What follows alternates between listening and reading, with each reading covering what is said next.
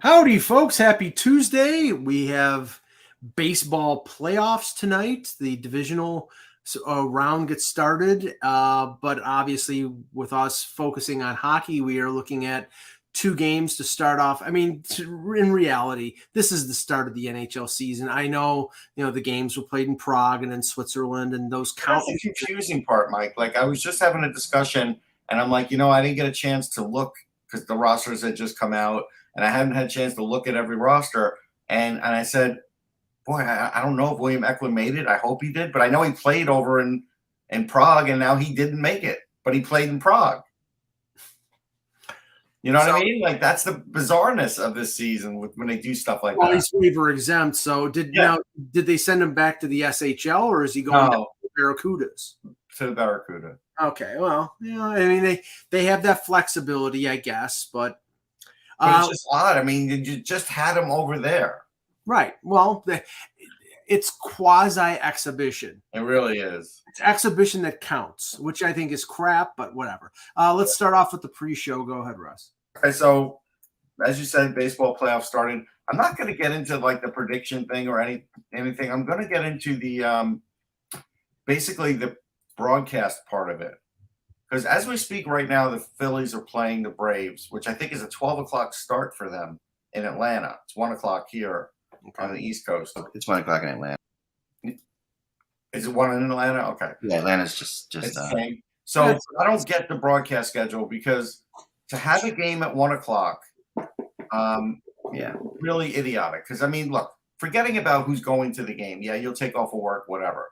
But just fans that want to follow that game, it's going to be near impossible for some people to follow that game at all other than getting the occasional score.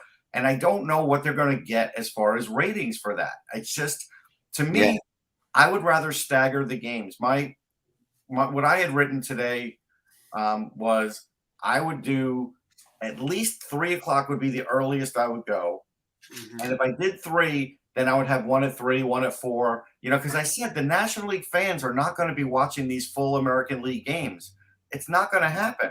Well, why not stagger these games? I was looking at the schedule, and today they played all 4 series are playing, and that's why they started the one game really early. Do you think it's better to stagger these games to have? Well, right. What would let me finish? What I'm saying is, like, tomorrow it's just the National League games. Then Thursday it's just the American League games, and they're going 3:30, 7:30.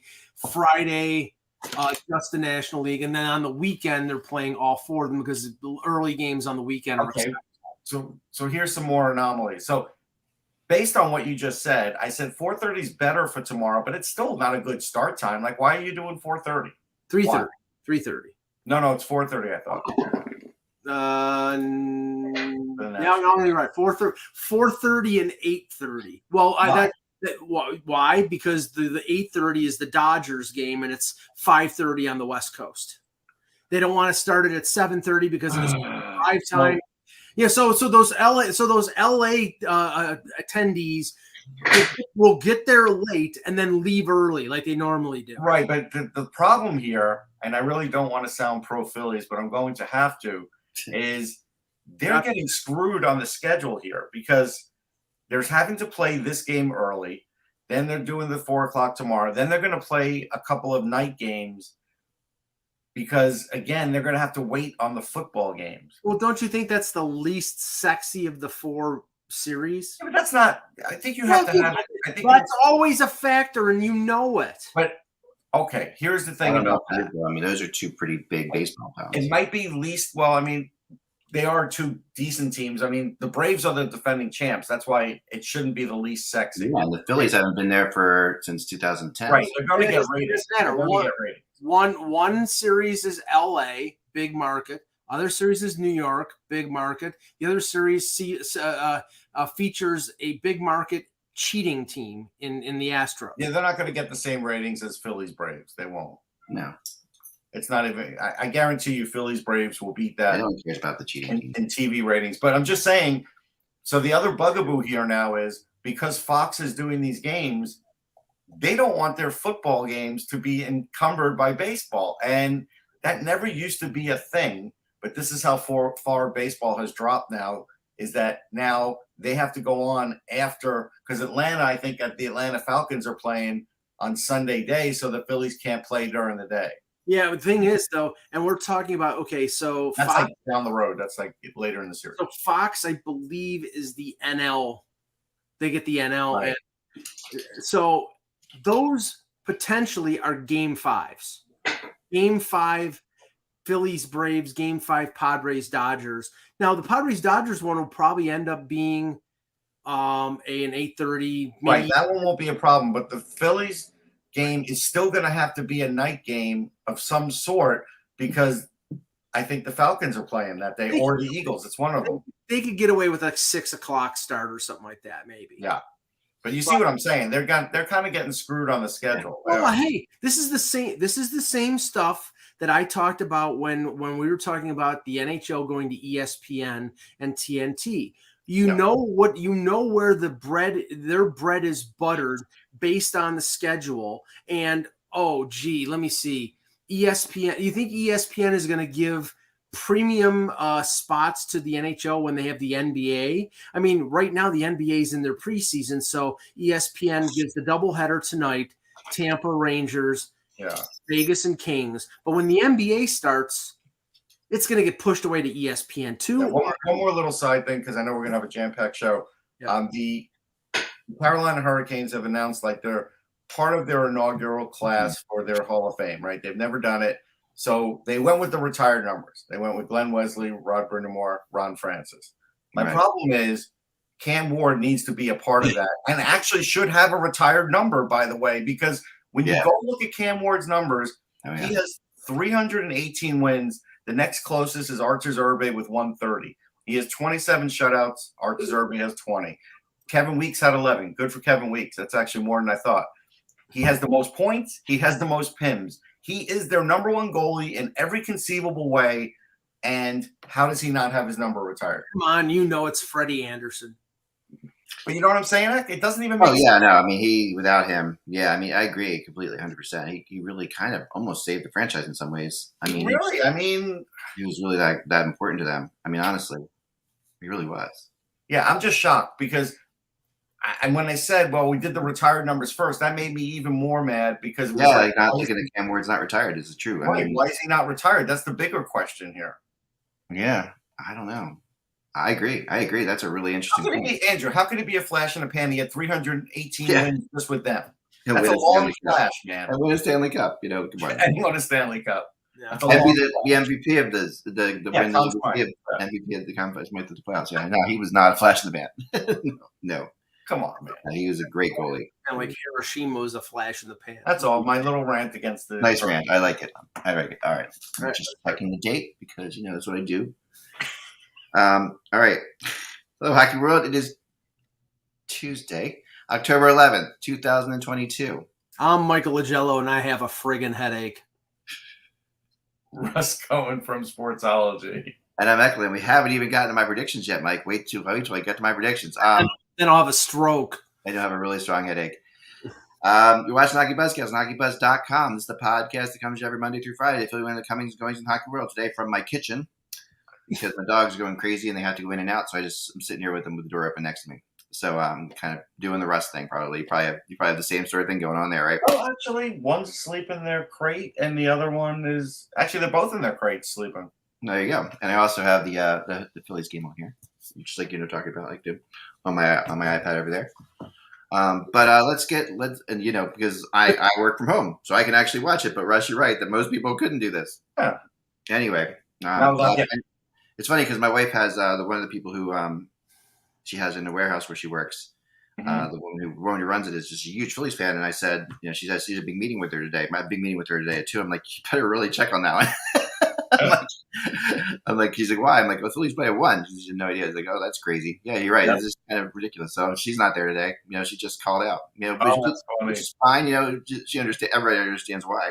Oh yeah. So there you have it, right? I would drop 1-0, by the way. All right, let's go. Here we go. We're going to talk today about the Pacific Division, and we're also going to do the previews of Seattle and San Jose. Because we're multitasking here at the HockeyBuzzcast to get everything in before the end of the week as far as predictions and team previews go. And we figured we already kind of talked about, other teams, but we're gonna start with these teams as well.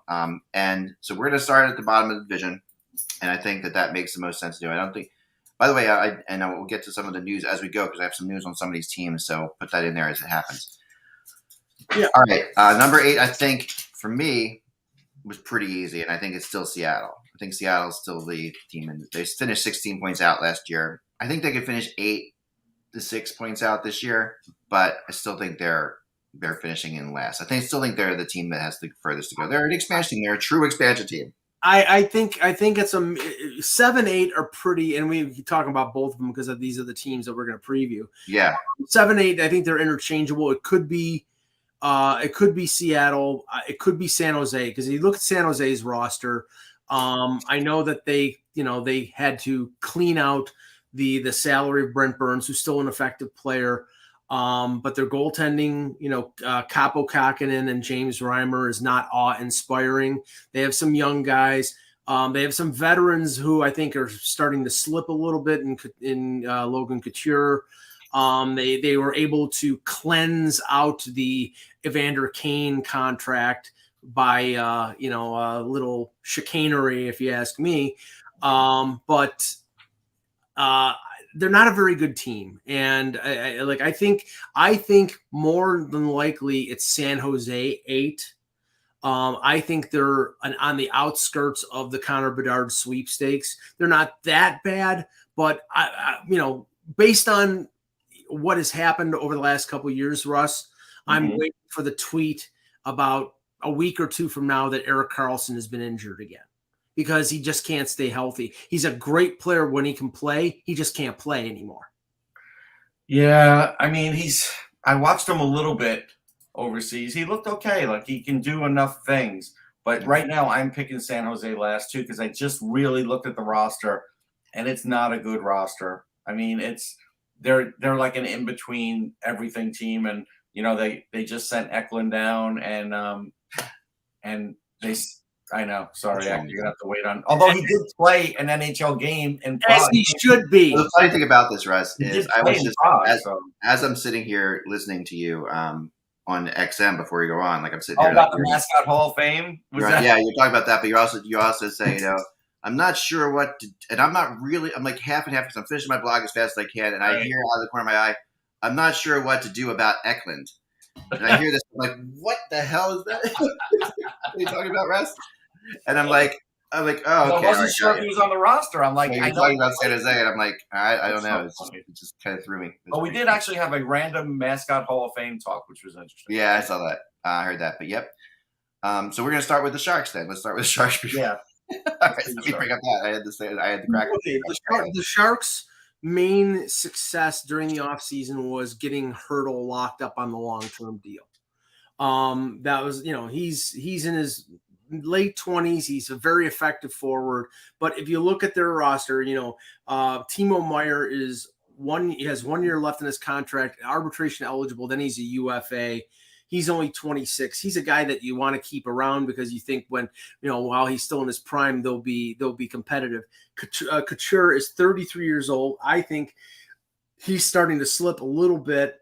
And then if you look past that, I mean, they really should be placing Eklund in the NHL and getting him a chance to sort of feel his way. If you look at the rest of their forwards, LeBanc is decent, but he's coming off a bad year. Luke Cunnin, Oscar Lindblom, Nick Bonino. It's really just a hodgepodge. And like I said, their defense, if Karlsson doesn't stay healthy, apparently Vlasic looked good in a couple of the games over in Europe, but he's 35, he's slowing down. If he can, if they could somehow trade him by the deadline, but he's got 3 years left in his contract, nobody's stupid enough to take that contract. Yeah. And then on defense, you've got like Mario Ferraro is good, but it's a hodgepodge past the top line and the top pairing. And that's why I think they're going to challenge for Bedard or Fantilli or Mishkov. Yeah. Whether they bring up William Eklund later on, it could help him. Maybe they'll like his overall game better then. Who knows? But they're just so many players short. They're a team right now that's really starting at almost bottom. And that's, again, that's a good way for David Quinn to get in there because he had good results in New York when they were starting at bottom. So Doug they Wilson. brought in the right coach. Doug Wilson got out at the wrong time, and he got fired. But Yeah. But he, and Mike Greer's got a job ahead of him. Jeez. Oh yeah. Yeah, I mean, This this is is gonna definitely a take a team that while, needs to score goals, and that's why I agree with you with the Ekman thing. I do. They need to score goals. I mean, they obviously have the solid. I'd say they have 4 veteran solid forwards. In Couture, Meyer, Hurdle, and Bonino. I mean, I put Bonino in that category too, but LeBanc is better offensively than Bonino. Yeah, but I think I don't know, just all around Bonino brings something. Well, Bonino's a good penalty killer. There are other things he does that are very good. He's a good forechecker. Yeah, he is good. Yeah, but yeah, the goaltending situation. Yeah, Andrew's saying that Couture is 33 is kind of mind-boggling, actually. Yeah, it is, and we could see him elsewhere. I really think that he might be the last big trade piece they have. Yeah, I think it's very possible that this becomes the last big trade piece they have. I mean, and they could. I mean, Meyer and Hurdle are obviously on the way up. They're still climbing. I think Couture may have played for the 67, so that may be a place to look for as a landing spot. Yeah, that's true. It's interesting. I mean, obviously, moving away from Burns is a big deal.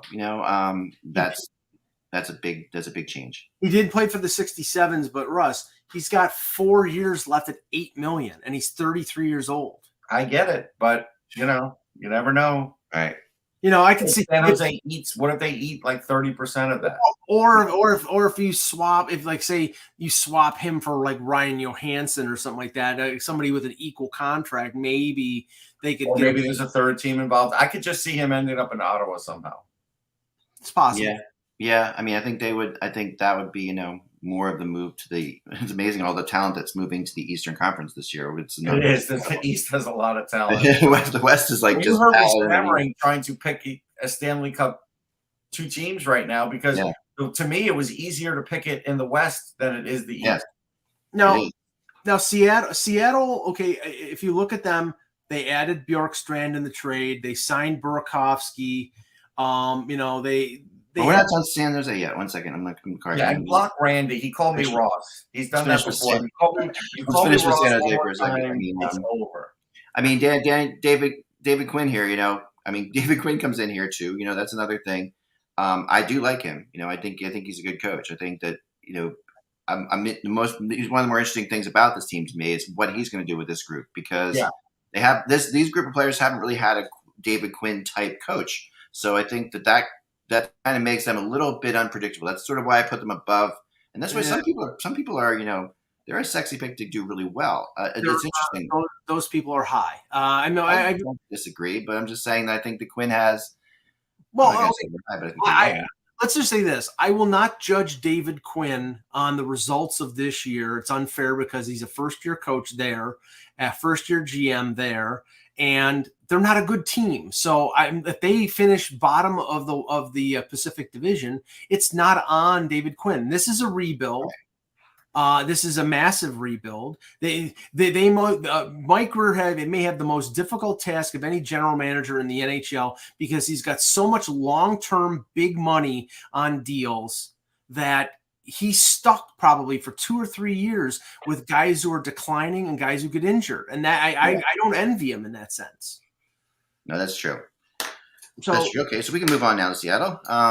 Well, this was the thing, Russ. I think that Seattle improved their, depth at forward by adding Bjorkstrand and Burakovsky. Their defense is not great, but they added Justin Schultz. It's not great, but it's not terrible. The key here for Seattle getting better is going to be that dual tandem of Matty Beniers and Shane Wright who are going to play. Yeah, the center depth there is going to be good. I think it will be pretty good to start. Beniers is my favorite to win the Calder. I can't hide it because I just said it on Sirius. And Wright's going to have a good year too. Shane Wright is more ready than people realize. A lot of people were just sort of last year working on the draft and just going by what popular opinion was as far as how they were looking into his mental game, how they were looking into he wasn't playing all out every shift, but they did that largely without watching him. If you ever watch Shane Wright, you realize he's a heck of a player. Mhm. And so these two players are definitely going to help him. The talent level has risen as a result just from that. They're going to have, I mean, look, Beniers is not going to have any trouble. I'm sure Wright will have a little bit of a learning curve like anybody else, especially if he's playing second line center. I'm not sure if he's second or third. He could be third, and that might be smart if Hackstall does that. But this is a better roster for Dave Hackstall to manage. The goaltending, we presume, will be better than last year just because of health. I think there's some things going there. I'm just, I hate, I mean, it sounds maybe, I don't know, weird for me to say, but I'm just not a Hackstall fan. Like, I am not, I wasn't impressed with what he did in Philadelphia. I wasn't impressed with what he did there last He did year. make the playoffs once. You have to give him that. He did, but I thought he had easily enough talent to make the playoffs that year. He made the playoffs. So I think that, and I think they had enough talent to make the playoffs years he didn't. So I don't know. I mean, Bjorkstrand it hurt Columbus a lot. Addition. It is. It's a good addition. It's a sneaky. Burakovsky is a good addition. Yeah. I mean, they're going to be better. They're going to be better, but they were 16 points behind everybody else in this division. But the thing is, you're looking at Hackstall through the prism of him being in Philadelphia and competing for a playoff spot. He's a starter coach. He's a teacher. He's somebody who will put systems in place. And this is I don't like his system. That's the thing, Mike. I don't like his system. Like his system is my issue with him. You don't like his system, but there is a system, is what I'm saying. It's better to it's better to go with somebody like that. You have to have a system to be a coach, Mike. I'm just going to go out. But I mean, anyone could put a system into place, but I think it's like the fact that he's, I would expect any NHL coach to have a system. I think that his system is not good. I mean, it's not conducive to the NHL. Like it really does feel more like a college hockey system. I hate to say it. That's the reality of it. Now, maybe that works better with younger players. Well, I mean, again, Herb Brooks did that too with the Rangers, and he made the playoffs, and that team beat the Flyers one year. So what was young? Herb Brooks' system was weird, was bizarre for college hockey too. Remember, like Herb Brooks was a weird coach in general. No, I know, but he was especially weird for the NHL. He was, and that's good. I mean, but like this is a standard college hockey system. Like this is a college hockey system that's used all over the place in college hockey, not like an innovative new system like Herb Brooks was. I have a question. I have a question for the panel here. Who has the better goaltending? Kaapo Kakkonen and James Reimer in San Jose, or Philip Grubauer and Martin Jones in Seattle? I'm going to take Seattle. I'll take Seattle too. Now, I think San Jose's I think San Jose's defense is better if Karlsson stays healthy, because when Jamie Alexiak is your number one defenseman, that's not good. Defense is still an issue there. You can't cover that up.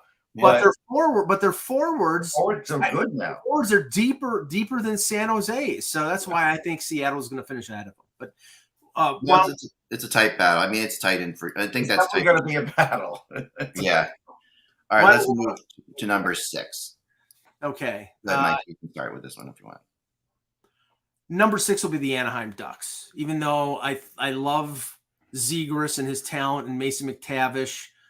Gibson is hurt already, so I guess that means that Anthony Stolarz and Lucas Dosta will be starting in goal. Their defense is not particularly strong, but they have a lot of young talent up front. So I think, when Gibson comes back, he's going to win games. He's going to make them competitive. But I think they're clearly behind the top 5 in that division. So Anaheim 6. All right, Russ. Yeah, I'm kind of leaning towards Anaheim in 6 as well, and not in 6, in 6th place, because I also feel like there's a chance that Dallas Eakins' job could be in trouble this year, because they are starting to make some moves, and they can't afford to rebuild for too long, because they're just going to get passed by. They're getting passed by in the market.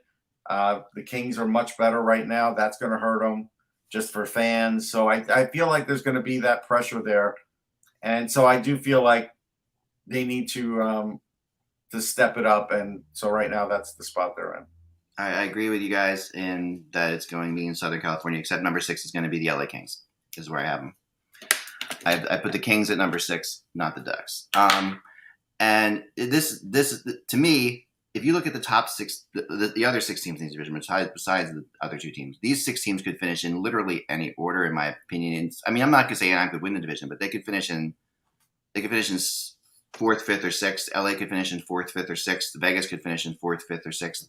Like there is a real those 3 teams particularly, in my opinion, are really tight. Like and so I'm when I put the LA Kings in 6th, I don't put them there happily. I actually like them. They were one of my favorite teams to watch last year, and I'm a big Jonathan Quick fan. But the reality is, and Quick. Well, I know Cal Peterson is injured right now. Yeah, I have LA 5. All right, so it's not crazy that I have them at 6, but no, it's not. No, I mean their top scorer last year was Kopitar with 67 points. They only had 2 players over 50 points. They only had 5 over 40. Like they don't score goals. 2 things. They've added Fiala. Yeah. And Drew Doughty will be hopefully be healthy the entire year. Now, Brant Clark, as Esmir in the chat brings up, I'm extremely interested in seeing how well he plays early on. They have some good. They have a wealth of young players, Russ, and I think for the Kings to go further than 5th, they're going to need Turcotte or Byfield or Kaliev or some of these guys to really step up. Yeah, but even some of the younger guys that have been around a little bit, like Anderson Dolan, I think could make a step forward. I like Brant Clark a lot. I did get an exclusive with him at the rookie photo so I did talk to him for a while. He is stronger. He already was fast and offensively gifted. He feels like he's put in the work on the defensive side to do that. If he's done that, they have just added probably 35, 40 more points to the blue line, which will give them one of the better scoring blue lines in hockey. That's what could happen for them. Clark added to Doughty, added to Sean Dursey, added to Mikey Anderson. They have a really good future core on defense. It's not all. I can't put the Kings this low. I've got the Kings a couple spots higher, actually. I think, and when I say 6, 5, and 4, I think we're talking about 4 to 5 points separating those 3 teams. That's why it's so hard to find a place for them. But I just had to go on a hunch. I don't know. I have the top 5 separate from the bottom 3. I think Anaheim Anaheim will be ahead of those 2 Seattle, San Jose teams, but behind the top 5. And LA may be 5th, but I think they're going to be close to the other 4. All right. So who do you have? You have 5th. You have LA in 5th. Who do you have in 5th? Russ. Winnipeg. No, Winnipeg's in the other division. Wait, I thought. Oh no, sorry. That's okay. No problem. Hold on. In the Pacific. No problem. I know. I'll give you my 4. Just give me your 4. I have the wild card race up, not the actual. That's okay, no problem. I got it, Mike. Go ahead. No, I don't actually. That's fine, no problem. Right, it's hard. I had San Jose, Seattle 8-7. I had Anaheim 6. I have LA 5. Number 4, I have the Vancouver Canucks. I love Demko. I still don't think their defense is that strong. I passed Quinn Hughes. Tyler Myers is a tire fire. They traded Travis Hamonic. I'm not sure their defense is not great. Their forwards are fantastic, but you can't win every game 6-5. They added Mikheyev in free agency. They added Kuzmenko. Mikheyev stinks. Don't worry, he won't do anything. That's true, but they did it. I'm pointing out that they did add him, Russ. So give him his due. There's no anti-Mikheyev. We know what you are there, Russ. I like Mikheyev. Russian hater. But they bring in Kuzmenko from the KHL, who had a big year with Scott St. Petersburg. Yeah. They've signed JT Miller. They signed Besser. The whole thing with Bo Horvat is going to be something that hangs over that team the entire year because he's on the last year of his contract and he's their captain. And if they don't sign him, then they're probably trading him at the deadline. So I think they're an interesting team. I think they can compete for a wild card. So I think 4 is about right for them. Yeah. So I have Kings at 5. I do like everything that they have, but it's a tough division. It's gotten tougher. Yeah, it is. And Peterson's hurt. Right, so my 5 is Vegas. Oh boy. So I've got now, and the crazy thing is, I actually do like them more than I like last year's team. Like again, these teams are all so tight. I think Eichel's going to get 100 points. I think he's going to have a 100-point season. I do. I don't think that. I think he is. I think he's going to get like 85 to 90. I think Logan Thompson is a legitimate starter. I actually do. And I think that I don't think goaltending is going to be their problem. Like a lot of people say there will be their problem. I don't think it will be. The funny thing, actually, is that Logan Thompson was not exactly a flash in the pan. He had a really good year in the AHL last season, or 2 seasons ago. He had a good 20 some odd games with Henderson in the AHL, and then they called him up, and his save percentage was better than Leonard and better than Brasseux. So I can he be a 40 to 45 game starter, and then you depend on Aiden Hill to play 30, 35? As long as they get competent goaltending, they're good enough up front and they're good enough on defense to be in the top 3. And I have them at 3. I have Vegas at 3. Yeah, I think they're 5. I think that and I don't know. I mean, it's they don't have the depth up front that some of the other teams have in this division. But they do have a powerful duo in Stone and Eichel. They have a really powerful duo there. They have a great defenseman in Pietrangelo and Theodore. What was that? Theodore too. And Theodore too, right? So they've got 2 really powerful defensemen. But after that, it falls off quite a bit too. They don't feel like they're really solid very much right now to me. So I put them at 5, where I have Anaheim at 4. So I put Anaheim at 4. And my thing on Anaheim is this: like every year, like there's a team that far outperforms all expectations, and they're my team for this year. I've mentioned this before, I think. But the Ducks, McTavish is obviously a budding superstar. I like the line of Terry, Zegras, and Vetrano that I watched them play in the preseason. Really, really, that's a fast, quick, powerful line, I think. Drysdale, I think, is coming into his own. Like I think he's coming into his own on defense, and and he and Fowler are a good combination. Klingberg is going to fill a lot of holes too in your second pairing. They do need to get Gibson healthy. You guys know I'm not the hugest Gibson fan in the world, but I do think that I think that he's very good. I just don't think he's great. I think he's better than anybody like on San Jose or Seattle or anything like that. Klingberg is wow. You really think a lot of Gibson if that's the best you could say about him. This division isn't very strong with goalies. I'll say that. Like I believe that. Oh, that's true. That's true with one team. I know where you're going to go with that, but that's like for 2. Yeah. So anyway, I think that I can see Anaheim. Now, do they make the playoffs in the 4th spot? I don't know. Like I'm not convinced that they do. But I'm not convinced that there aren't 2 teams from the Central that make it out of here. But they have a shot. They have a shot to make the playoffs. Now, it was funny. We remember I was my Rocco Grimaldi whole thing. I was following that. He didn't make the team. He didn't make the team. Yeah, and he's still unsigned. They haven't released him from the PTO. Right. It sounds like he has. From what I heard, I was doing some research this morning talking to people. They gave him basically an AHL contract if he wants it. That he could work his way up. But I think there's a couple of NHL teams that are looking at him as well. So I think that we could see him land someplace else.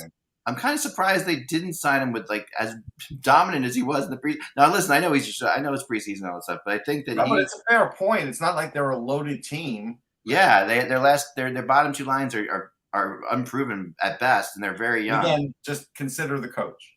Yeah, sure, that's a good point. So.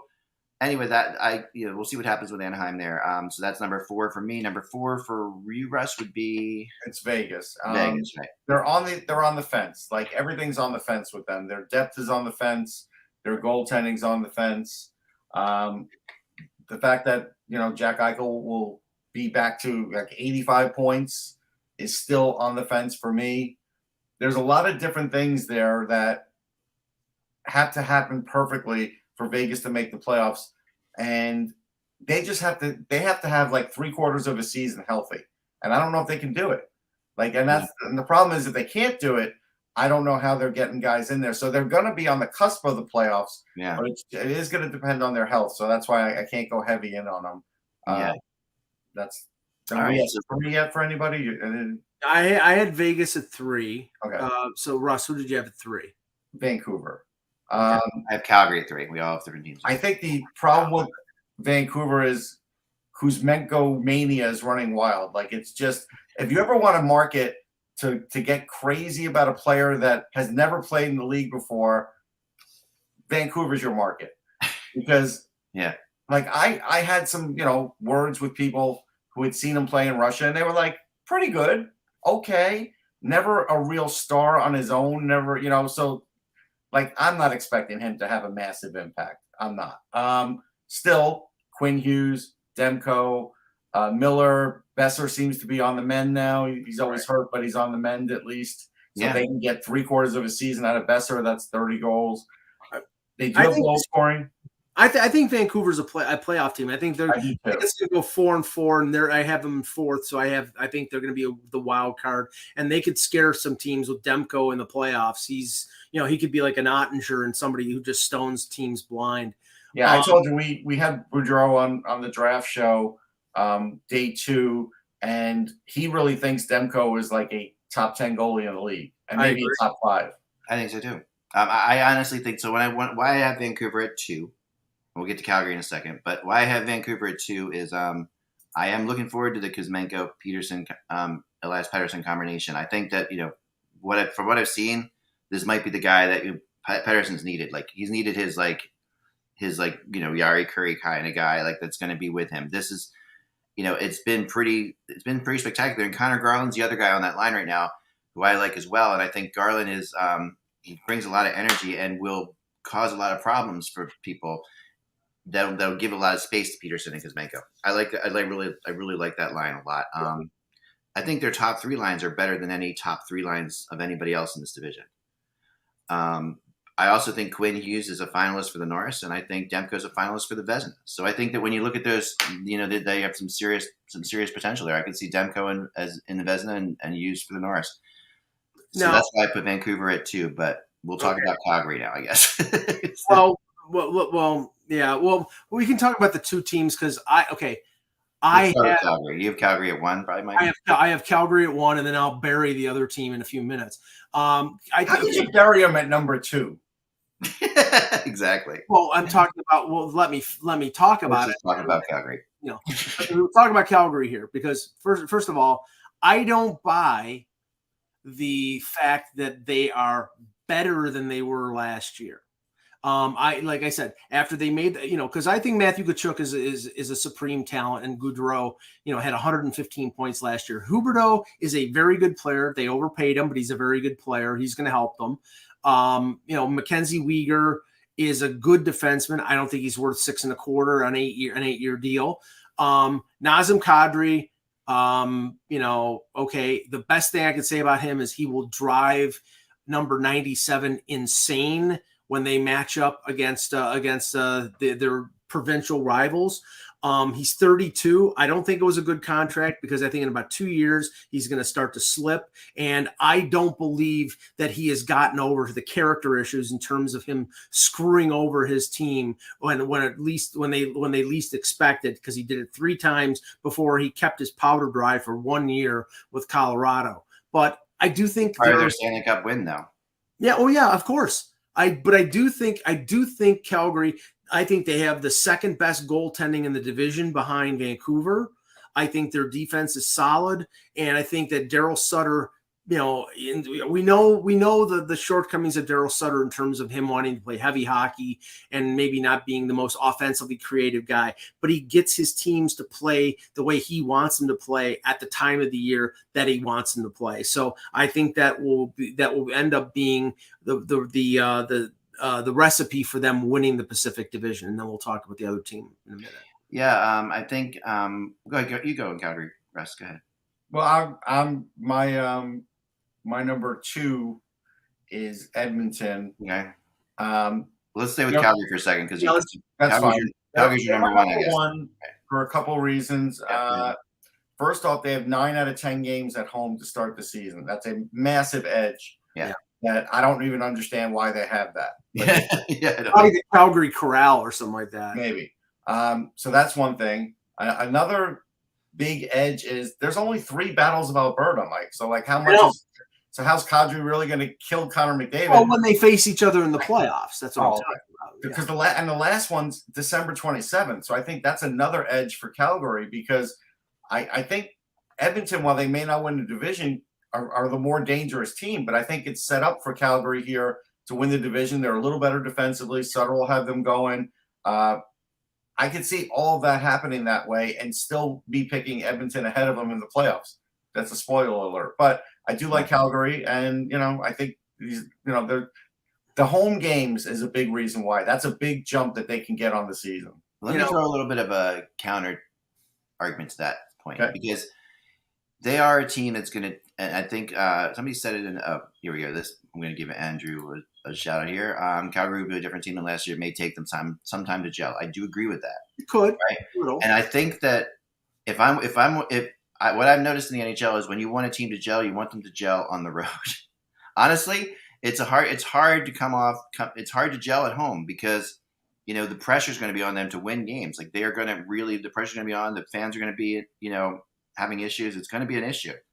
And if it takes them a little bit longer to gel, that just could be enough to give Edmonton and Vancouver a chance to move up ahead of them. Again, I could see these teams being separated by 5 or 6 points. It'll be tight. It's not going to be it's not crazy to put Calgary, Vancouver, Edmonton in any order, in my opinion. But as this plays out, I think they did a great job with Kadri. I think Kadri will definitely add another level to the Battle of Alberta. And they only play 3 times, and that's true. But those 3 times will be epic. And I think that what we're going to see is, we could very easily see a 2-3 battle or whatever in 1-3 battle in the playoffs between these teams. So you have Edmonton 1. I have Edmonton at number 1. Russ and I have Edmonton at 2. All right, let me make my argument for Edmonton number 1 then first. Mm-hmm. They have a goalie. That's my first sentence in my article. They have a goalie, and they actually have 2 goalies. And but Brian Campbell's the perfect fit for a team. He's shown that he can play strong in front of a team. Jack Campbell. You said Brian. Jack Campbell. I wrote Brian Campbell in my article. Frig. I'll fix that. He was a good player. Yeah, Jack. Wrong hair color. But Jack Campbell is the perfect guy because here's the thing. Jack Campbell, played in front of another team that was very similar to this team.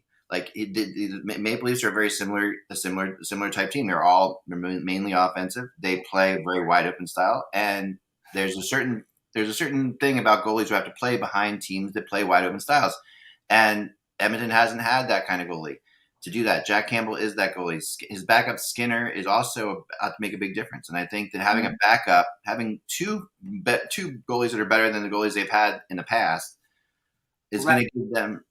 Yeah, that's saying much, Jack. That's really but both of them are better than either of them from last year. So in my opinion, that gives them, when you have a good backup, you're going to get the extra points that are going to take you to the first place in this division. Well, and I've said previously, my assertion is I don't know who the backup is because I believe by the end of the year, Stuart Skinner might be the starter.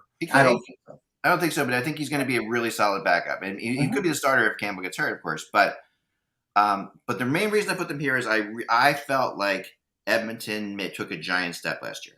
And I felt like their playoff performance and what you really saw out of McDavid which was another level of McDavid, which is scary as hell because he was already, maybe the best player. Most people believe the best player in the league. He found another level last year in the playoffs that I didn't think he had, and he could dominate even more this year. They got that monkey off their back of the playoffs, and they're going to be dangerous. They're going to be a very dangerous team. They're going to be a very good team. That's my opinion on Edmonton. Now, go ahead, Mike. Okay. Somebody in the chat said, well, Mike Smith's stats of the last 2 seasons are better than Campbell's. Yeah, I mean, okay.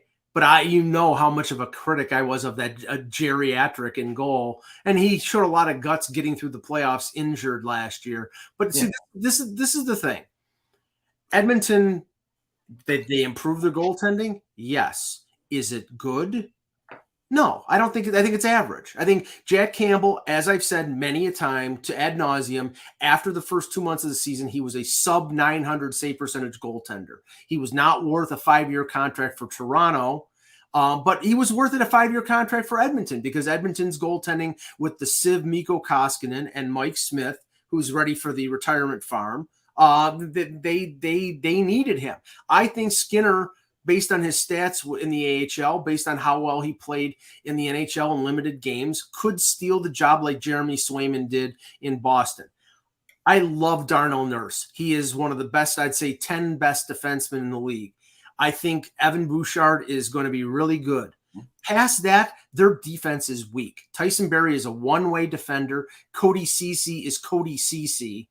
And Philip Broberg, Russ, he's a converted forward, so I don't know how strong defensively he's going to be. I mean, he's gotten a little better. He's an excellent skater and puck mover and puck retrieval. So I mean, he can help them to some degree. It's going to be on Draisaitl and McDavid once again, and they're two of the 5 best forwards in hockey. So can they carry them over the line and get them in the playoffs? Yes, of course they will. McDavid will probably be a leading contender for the Hart. Draisaitl will probably contend for the Rocket Richard. They'll get over 100 points. But when it comes to the playoffs, last year was an aberration. They will lose either to Calgary inside their own division or to Colorado or St. Louis in the conference final. They're not a good team. They're a creation of McDavid and Draisaitl and a couple other decent forwards that that hide their defensive inabilities and I think average goaltending. So that's my opinion.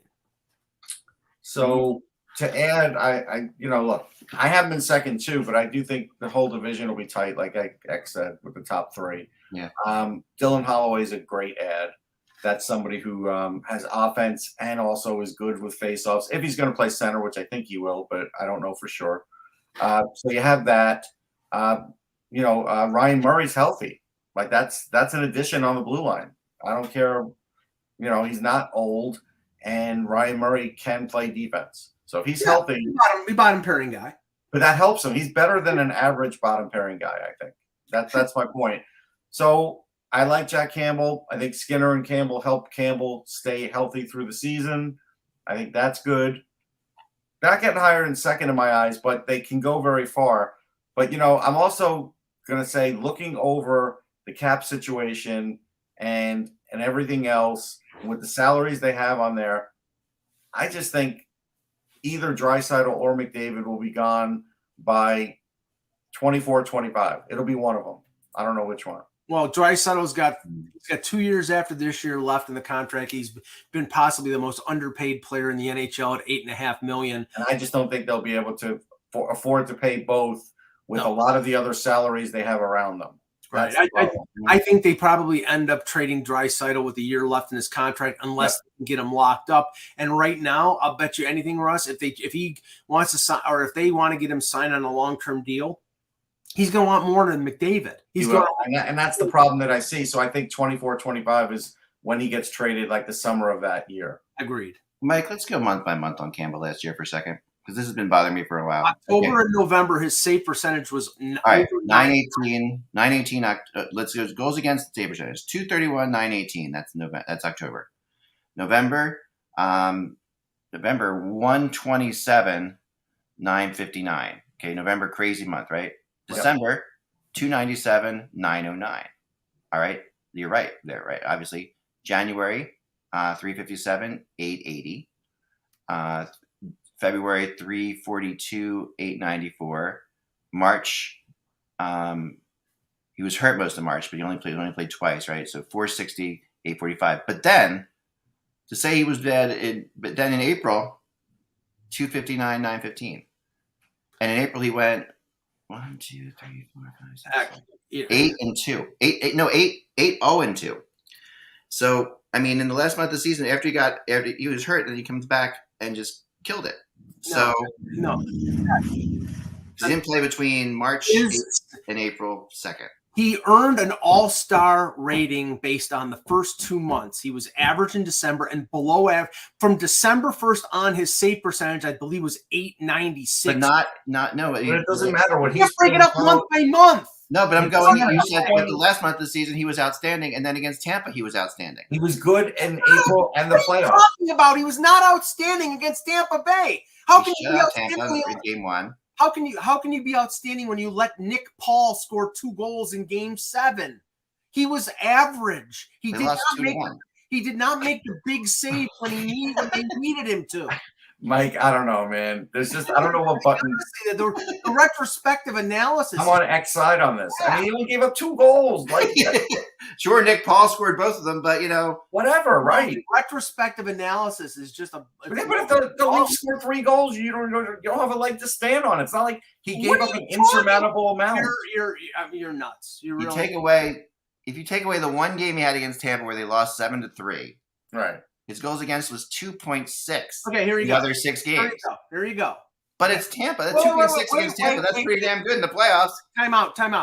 Okay. After December 1st, in 31 games, Campbell's win-loss record was 19-5-5.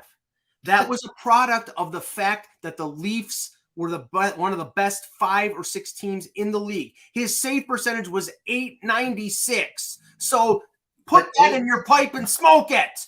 896 on He's a team below that average. Wait, what about being undefeated in April? What do you have to say about that? I mean, 8-9-6. I mean, well, 19-5-5. He was 8-2 heading into the playoffs. How is that bad? Yeah, and then shutting out Tampa in game 1 of the playoffs. Like, that's like 3 points. 3 points. These are crazy. This is crazy. 3.22 goals against average, 896. But he said he had one bad game. That's what he said. It was like he gave up when did Freddie Anderson start off the playoffs with the shutout? Okay. Let me see here. We got pulled. They got pulled into one game. He gave up a bunch of goals. But the reality is, he gave them a leg up. He started the first game with a shutout. That's a pretty big deal. I mean, this is not. You're not talking. He's not playing in front of a defensive powerhouse here, Mike. He's playing in front of a team where he's getting a lot of shots and a lot of really good opportunities against them too. The Maple Leafs, I mean, maybe in years past when they had pylon Jake Gardiner back there, their defense was pretty good last year. Was it? Yeah, it was, especially after they acquired Giordano at the deadline. Their defense was much better. Yeah. And Jack Campbell was not. I mean, did you expect him to have a shutout every game against Tampa? Like, I don't know what your expectations were. His record was to win a series, Ross. That's not on his own. He's going to win it on his own. No, but okay. As we saw in a lot of series last year, the goaltending, like Shesterkin against the Penguins, like Binnington against Minnesota, the goaltending was the difference. When it was an even series, the goaltending was the difference. You can say all you want to say about the Leafs being as good as Tampa and that being, a hit or miss series. But in the end, Vasilevsky, and he had a bad series. In the end, Vasilevsky showed up in games 5, 6, and 7, mostly 6 and 7, and Campbell did not. That's true, but game 1, goaltending. No, but I want to ask you this. In this series. I'm sorry. How many goals did the Leafs score in that series against Tampa? I know. In 7 games? Let's talk about who showed up in what game. Campbell, save percentage. Wait. Let's save percentage 1,000 in game 1. Wait, let's get to the predictions because we have about 10 minutes left to go in the show. We'll get to them, Mike. We can run a little over here. We're done with them because I'm strong in my beliefs. I don't know what the hell. All we have left is Russ to talk about Edmonton. So I already did. I'm done. I just want to know how many goals the Leafs had in that series. I'm looking. Let me do this one thing. Yeah, 1,000 is the save percentage. 1,000 in game 7. Yeah, in game 6, 853. Mike, bad game. No question about it. Game 1, 1,000. Game 2, 853. Game 3, 941. All right, they win 5-2, and he definitely won that game for them. I'm talking game about 4. That's a terrible game. 688, awful game. Game 5, 914. Game 6, 886. In game 7, 920. 920 in game 7 against Tampa. I mean, that's like these are not Russ, the Leafs scored 24 goals in 7 games. So that's 3.1, 3.2 goals a game, and gave up 23. So they scored one more goal than Tampa did in the series, and yet lost. So I want to know how many 7-game series that Tampa only scored 23 goals in. To be honest, that's not bad. That's a symptom of the Leafs' defense being better. Why? Why is it the defense? What do you mean? I watched those games and I saw Campbell make some. So did I, Ak, and I looked at it with an unjaundiced eye. And when Nick Paul scores 2 goals in game 7, not exactly Steven Stamkos or Nikita Kucherov on the game 5 or the game 6 collapse. Jack Campbell did not make the big save when he needed to. That's one of the reasons why the Leafs decided to walk away from him, not offer him a big contract, and trade for Matt Murray. Yeah. Because they believe Matt Murray, when it counts, will be better. Now, if Matt Murray is hurt, then obviously that calculation is not accurate. But I believe if he's healthy in the playoffs, he will outduel Jack Campbell. So let's talk predictions. Okay, Mike, that's a good one. We should clip that. Go ahead. What do you have to base that on? That My Matt opinion. Jack Campbell in the playoff series right now. My opinion. Yeah, but we hadn't seen it. I mean, we haven't seen Matt Murray do anything like that. How about carrying around that big silver trophy twice? Yes, but in several years. I mean, we're talking about, Anyway, all right, prediction. What else do we have to do? We're pretty much done. Like, what else do we have?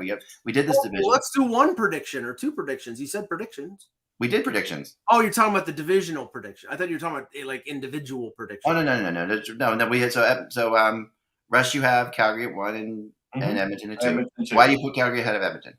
I put them ahead because they have the 9 out of 10 games at home. Yeah. Their defense is improved. They only have to deal with Edmonton 3 times. I think that's a plus. And I just think because of that start to the season, this is more of a Sutter team. And so I expect them to be a beast in the regular season. Yeah. Well, yeah. Okay.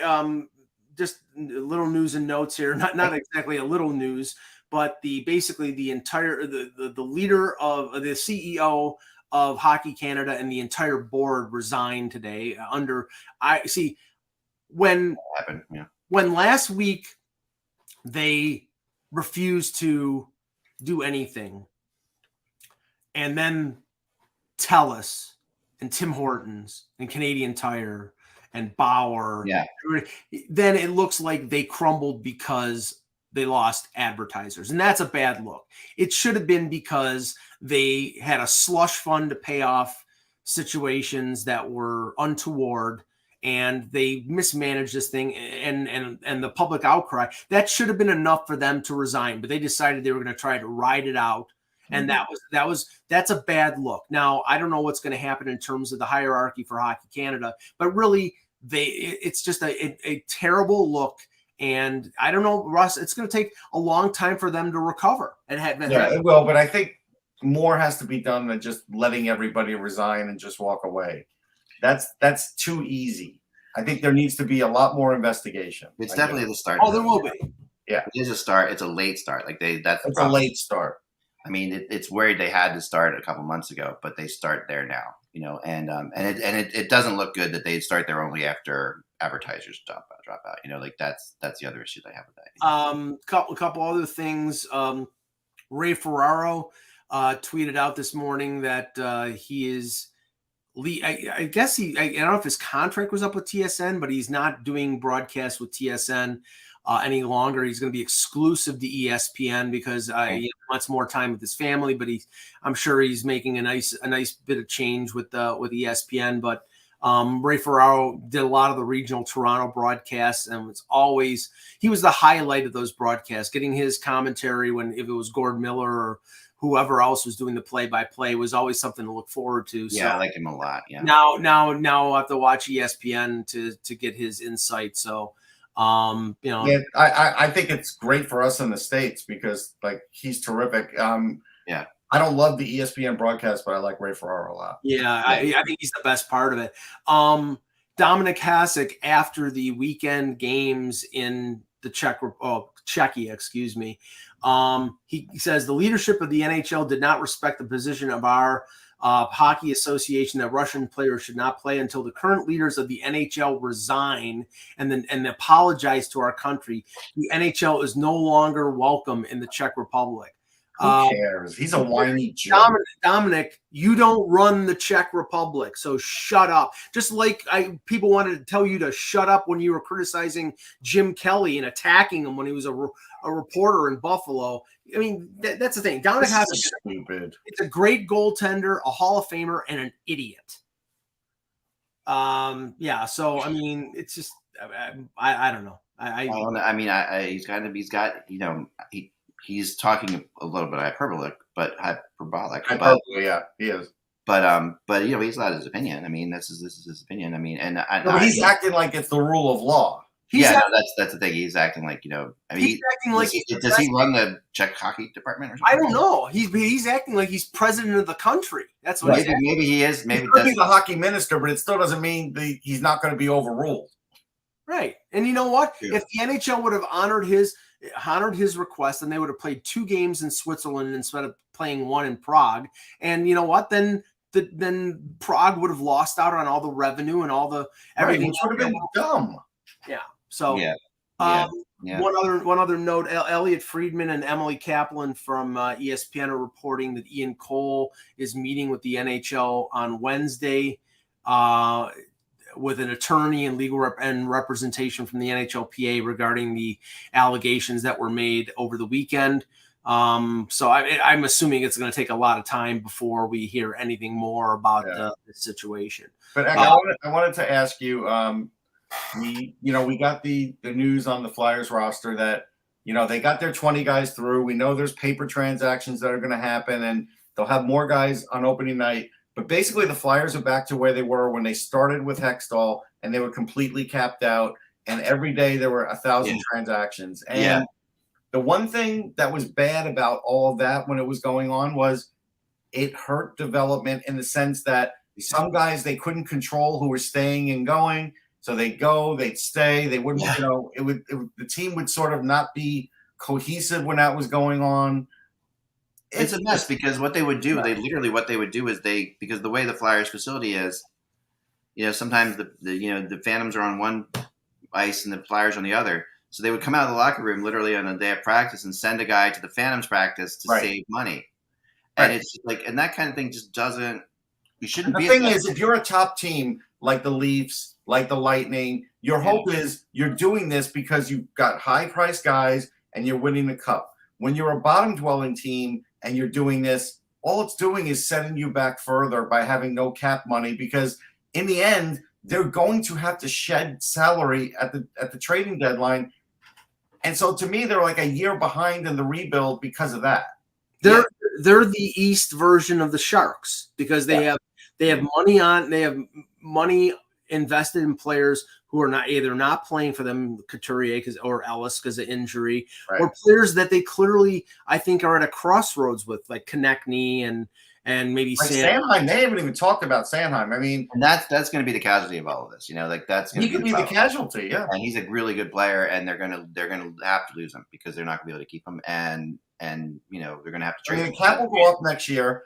They could conceivably keep him, but again, they'll be a cap-strapped team again, probably. Yeah, and they'll have to get more than a low first-round pick and Owen Tippett for Sanheim. Yeah, right. There's no question about that. I mean, look, JVR's money will be off the books. I get it, and they'll probably have to eat some at the deadline just to be able to get rid of him. But still, if you're going to pay Sanheim, let's say it's $6 million, you're almost using up the JVR money. Yeah, and you still have such a talent gap there. Yes, you'll be able to fill in some young players, but these are players that are going to develop. Like, Ronnie Attard's a really good player. I pointed out on Twitter, I had him as a first-round talent, but he's not good defensively yet. He's really good offensively. Right.